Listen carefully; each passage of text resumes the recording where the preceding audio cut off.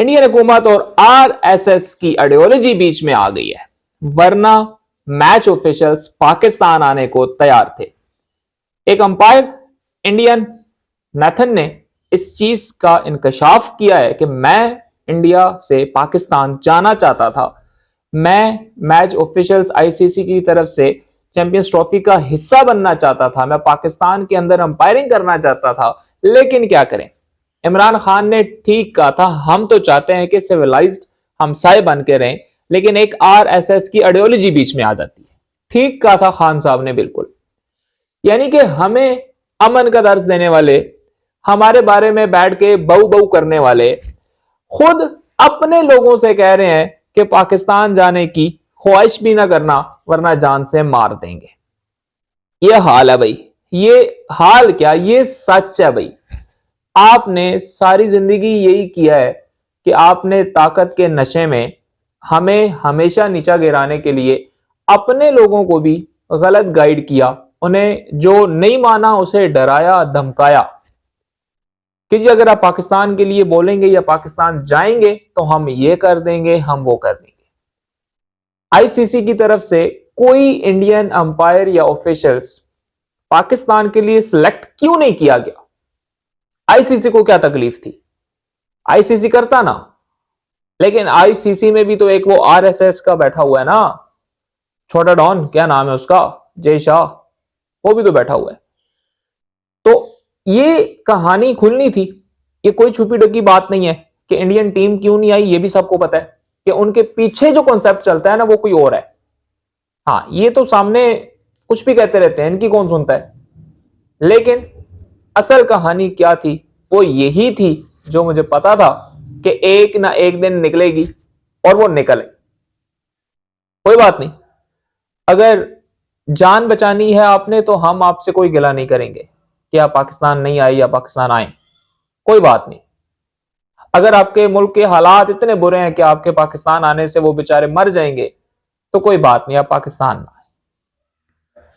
दूसरी तरफ नाजरीन,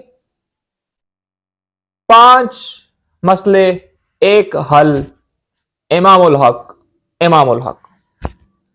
यानी कि रोला डाला हुआ है सीनियर प्लेयर्स ने कि यार इमामुल हक को ले आओ।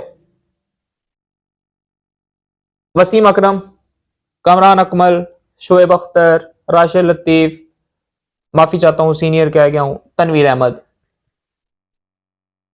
इन 5 बंदों ने टक टक टक टक टक एक स्टेटमेंट दी कि इमामुल हक बेस्ट ऑप्शन है, फखर जमान के साथ उसको आजमा लें या उसको खिला लें, आजमा कर लें, उसको खिला लें, उसको चैंपियंस ट्रॉफी में सिलेक्ट कर लें। हाँ ठीक है, इमामुल हक एक प्रॉपर प्रोफेशनल और बड़ा stylish, one of the favourite best opener है, इस पर कोई शक नहीं। लेकिन अगर बाबर आजम ओपनिंग कर रहा है तो क्या ये बुरी ऑप्शन है? कभी भी नहीं। हाँ, इमामुल हक को आप जरूर लाएं, लेकिन उसकी जद में बाबर आजम को पीछे करना ये थोड़ा सा गलत है। यानी कि जब आपने टीम सेलेक्ट की तो आपको नहीं पता था क्या करना है, आपने 15 बंदे रख लिए और 15 बंदों ने 7 दिन नहीं निकाले, आपको फिर चेंजिंग याद आ गई है। पहले करनी थी चेंजिंग, मरना था। सबको पता था कि अगर साइम अयूब नहीं है तो साइम अयूब की जगह दूसरा ओपनर कौन आएगा। अगर आपने उस्मान खान को खिलाया एज अ सेकंड ओपनर तो भेजो उसको, फिर खिलाओ उसको, उसको तो प्लेइंग 11 में उसकी जगह नहीं बन रही बेचारे की, ओपनर कहां से आएगा वो।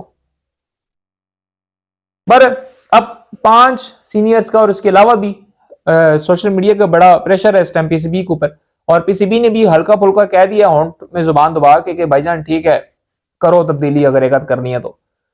11 फेब तक लास्ट टाइम था, लेकिन चलो कोई नहीं, 1-2 दिन और ऊपर ले लेंगे, कोई ना कोरोना दोना कर ही लेंगे। तो उम्मीद यही है कि कोई 1-2 तब्दीलियां शायद इस टीम के अंदर हो ही जाएं। उसके अलावा नजीम, प्रैक्टिस के दौरान फखर जमान ने नसीम शाह को 3 छक्के जड़ दिए। नसीम शाह की परफॉर्मेंस कुछ खास आ नहीं रही, यानी कि हम रोला तो बहुत डाल रहे हैं कि जी नसीम शाह होना चाहिए, नसीम शाह होना चाहिए। मेरे ख्याल में अब नसीम शाह को भी ये एहसास हमें करवाना चाहिए कि मैं हूं। कब तक सिर्फ हम रोला डालते रहेंगे? वो बड़ा अच्छा बॉलर है, बड़ा प्रोफेशनल बॉलर है, सब कुछ ठीक है, लेकिन वो भाई परफॉर्मेंस नहीं दे रहा आजकल।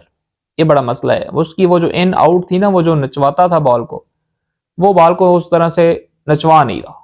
तो ये बड़ा ज़रूरी है कि अगर आपका मेन अटैक दोनों एंड से होगा और आप ऊपर से 2-3 विकेट्स लेंगे तो ही आप चैंपियंस ट्रॉफी के अंदर रहेंगे।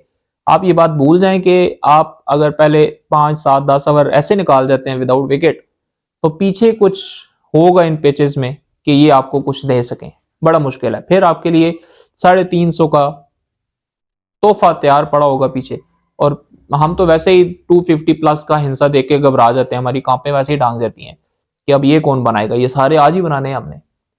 तो इसके लिए ज़रूरी है कि फ़खर जमान पे तो कोई वो नहीं है, उससे तो 3 छक्के मर रही हैं, उसको तो जो मर्जी उसके आगे चाड़ दो, उसने तो छक्के ही मारने हैं, उसका तो कोई मसला ही नहीं है। तो नसीम शाह को थोड़ी सी ज़रूरत है अभी कि वो थोड़ा सा सीरियस हो और वो थोड़ा सा अपनी रिस्पॉन्सिबिलिटी को समझे कि यार मैं, मतलब मेरी कोई जिम्मेदारी है, सारी जिम्मेदारी शाहीन के ऊपर ना डालें। उसको आखिर में इसलिए बेचारे को कोट पड़ जाती है क्योंकि शुरू में वो अकेला लगा होता है। तो ये ज़रूरत है थोड़ी सी पाकिस्तान टीम को इस टाइम कि उन्होंने किस तरह से इस चैंपियंस ट्रॉफी को सीरियस लेना है, क्योंकि एज ए डिफेंडिंग चैंपियन आप इस टूर्नामेंट में उतरेंगे। तो ये नाज़रीन अभी तक की अपडेट्स। अगर हमारे चैनल के ऊपर नए हैं तो हमारे चैनल को सब्सक्राइब करें। बहुत जल्द मिलेंगे इंशाल्लाह अपनी अगली वीडियो के साथ। तब तक के लिए अल्लाह।